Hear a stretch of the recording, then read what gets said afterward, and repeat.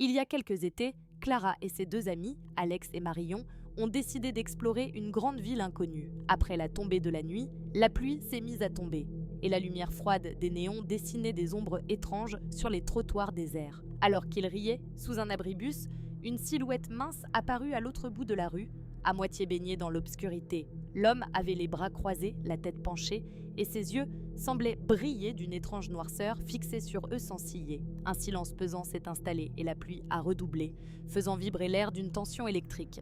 Clara tenta de détourner le regard, mais l'homme approchait lentement, sans quitter leur groupe des yeux. À chaque pas, son visage restait figé, et son regard, vide, semblait les transpercer.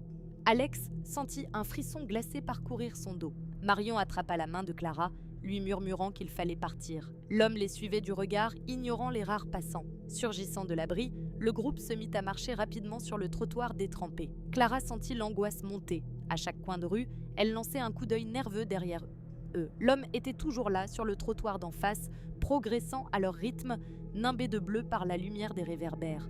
Le groupe accéléra, zigzagant entre les voitures garées et les entrées d'immeubles fermés. La pluie ruisselait sur leur visage, mais l'homme ne ralentissait pas, son ombre s'allongeant derrière lui à chaque éclair de lumière. Soudain, alors qu'il tournait au coin d'une ruelle, Marion poussa un cri. La silhouette sombre se tenait déjà à l'autre extrémité, les attendant, les yeux plus noirs que jamais. Paralysés un instant, ils prirent la fuite, courant de toute leur force à travers la ville endormie. Le temps semblait suspendu, chaque battement de cœur résonnait comme un coup de tonnerre. Finalement, ils ont plongé dans le hall d'un vieil hôtel, haletants, trempés et les jambes en coton.